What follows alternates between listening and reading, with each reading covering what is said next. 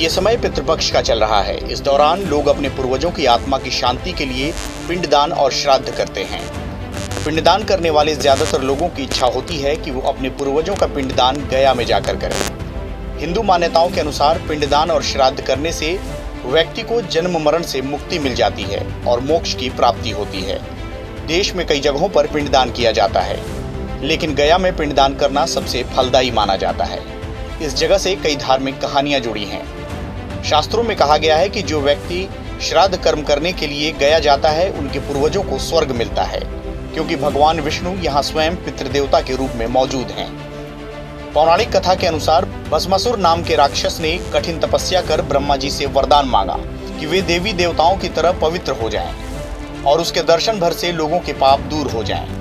इस वरदान के बाद जो भी पाप करता है वो गयासुर के दर्शन से पाप मुक्त होने लगे। ये सब देखकर देवताओं ने चिंता जताई और इससे बचने के लिए देवताओं ने गयासुर के पीठ पर यज्ञ करने की मांग की। जब गयासुर लेट गया, उसका शरीर 5 कोस तक फैल गया और तब देवताओं ने यज्ञ किया। इसके बाद देवताओं ने गयासुर को वरदान दिया कि जो भी व्यक्ति इस जगह पर आकर अपने पूर्वजों का श्राद्ध कर्म और तर्पण करेगा, उसके पूर्वजों को मुक्ति मिलेगी। यज्ञ खत्म होने के बाद भगवान विष्णु ने उनकी पीठ पर बड़ा सा शीला रखकर स्वयं खड़े हो गए थे। गरुड़ पुराण में भी कहा गया है कि जो व्यक्ति श्राद्ध कर्म के लिए गया जाता है, उसका एक एक कदम पूर्वजों को स्वर्ग की ओर ले जाता है। मान्यता है कि यहाँ पर श्राद्ध करने से व्यक्ति सीधा स्वर्ग जाता है। पंडितों के अनुसार फल्गु नदी पर बिना पिंडदान किए अधूरी मानी जाती है। ये यात्रा पुनपुन नदी के किनारे से शुरू होती है। फल्गु नदी का अपना इतिहास है। फल्गु नदी का पानी धरती के अंदर से बहता है, जो बिहार में गंगा नदी से जाकर मिलती है। फल्गु नदी के तट पर भगवान राम और माता सीता ने दशरथ की आत्मा की शांति के लिए नदी के तट पर पिंडदान किया था। गया में विभिन्न नामों से 360 वेदियां थी जहां पिंडदान किया जाता था। इनमें से 48 बची हैं। इस जगह को मोक्ष स्थली कहा जाता है। हर साल पितृपक्ष में यहाँ 17 दिन के लिए मेला लगता है। अपने पूर्वजों की आत्मा की शांति व मोक्ष के लिए MSD एजुकेशन ऑफ ग्रुप के चेयरमैन राजा संतोष कुमार मिश्रा ने अपने माता पिता को वैदिक रीति रिवाज के अनुसार पूजन पाठ कराकर गया ठाकुर द्वारा भेजा। गया ठाकुर द्वारा जाने की परंपरा बहुत ही पुरानी है। गया जाने के लिए गांव पर विधि विधान से पूजन पाठ होता है। इसके बाद गांव की परिक्रमा की जाती है। पूर्वजों की आत्मा की शांति व मोक्ष के लिए गया जाने वाले पंडित त्रिपुरारी मिश्रा की गांव की परिक्रमा अद्भुत और ऐतिहासिक ढंग से हुई। परिक्रमा यात्रा के दौरान आगे आगे हाथी, घोड़ा, गाजा बाजा के साथ साथ घंटा, शंख और घड़ियाल बज रहे थे। पूरा क्षेत्र जयकारों से गूंज उठा। परिक्रमा यात्रा में हजारों लोग उपस्थित थे। राजा संतोष कुमार मिश्रा ने बताया कि पितृपक्ष चल रहा है। इस दौरान लोग अपने पूर्वजों की आत्मा की शांति के लिए पिंडदान और श्राद्ध करते हैं।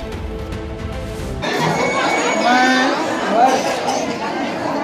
इस पवित्र धरती को नमन करते हुए, जो बाल खरेला की पावन धरती है उसको नमन करते हुए, अपने माता पिता को नमन करते हुए, गुरु को नमन करते हुए मैं एक ही संदेशा देना चाहता हूँ भारतवर्ष के नौजवानों को, जो आज यह आपने प्रश्न किया है, सब लोग मिलजुल करके अपने माता पिता के संस्कारों को पालन पोषण करें और अपने माता पिता के प्रति उनका अनुराग बढ़ जाए। यही हमारी शुभकामना है। क्या उद्देश्य है गया जगन्नाथपुरी जाने का? गया जगन्नाथ जाने का एक उद्देश्य है जो पुराणों में वर्णित है। जो गया ठाकुर द्वारा जाता है उसके पुष्प दर पुष्प तर जाते हैं। पूर्वज इंतजार करते हैं कि हमारे कुल में कोई जन्म लेगा, जन्म लेकर हमको तारणहार करेगा। तो बड़े भाग्य से कार्य होता है जब शंकर भगवान की, विष्णु भगवान की कृपा होती है। इसके बाद कोई उस पीढ़ी में जन्म लेता है।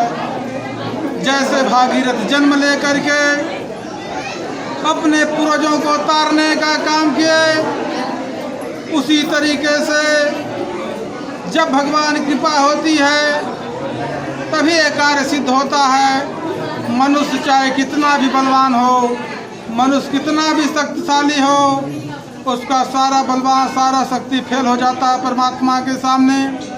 जब तक परमात्मा की कृपा नहीं होती है कोई यह कार्य नहीं कर पाता है।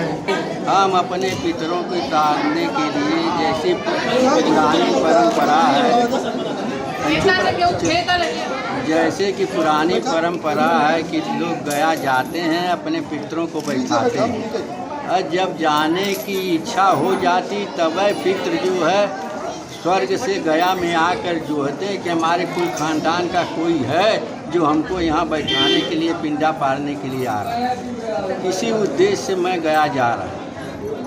कितने दिन का कार्यक्रम होता है, कहाँ कहाँ जा? पहले जो है 50 मोचन वाराणसी में पिंडा पर आया जाता, काशी में बरुणा नदी पर जो है एक पुरानी कहावत है, बहुत बड़े दैत्य रहते हैं, उनको जो है जाफर और नींबू दिया जाता है। इसके बाद 50 मोचन पर जाकर पिंडा पर आया जाता है। 50 मोचन के पिंडा पर आने के बाद काशी से फिर हम लोग गया को चले जाएंगे। गया में 3 दिन हर वेदियों पर पिंडा पर आया जाएगा। गयासुर एक राक्षस था, वो बहुत बली था। इसके बाद जब इतना घमंड करने लगा तो ब्रह्मा विष्णु समझाए, किसी तरह वो वरदान मांग लिया कि हम सोऊंगा। उसी गयासुर राक्षस के ऊपर जो है पिंडा पर आया जाता है। और ये जो ले जाया जाता है पलाश की लकड़ी में बांधकर, इसमें यह है कि कुल खानदान के गांव के जितने भी भूत प्रेत वो सब इसी में चले जाएं और गया में ले जाकर उनको बैठा दिया जाता है। और 3 दिन तक पिंडा पर आया जाता है। फाल्गु नदी में पिंडा पर आया जाता है, गयासुर के पर पिंडा पर आया जाता है। इसके बाद विभिन्न जगहों पर 64 जगह पिंडे पर आए हैं। जो माता पिता जन्म दिया उसका भी ये लोग पिंडा नहीं पर आ रहे हैं। पुरानी परंपरा बीत रही है, इससे जो है धर्म कर्म में नाना प्रकार की बाधाएं आएंगी। अब पितृ जो हैं वो देवता होते हैं, अगर आप पिंडा नहीं पर आएंगे तो श्राप देते हैं, खानदान नहीं बढ़ेगा, खानदान उन्नति नहीं करेगा, खानदान आगे नहीं जाएगा। CIB इंडिया न्यूज की सभी खबरों को देखने के लिए लाल रंग की बटन को दबाकर चैनल को सब्सक्राइब जरूर करें, घंटी जरूर दबाएं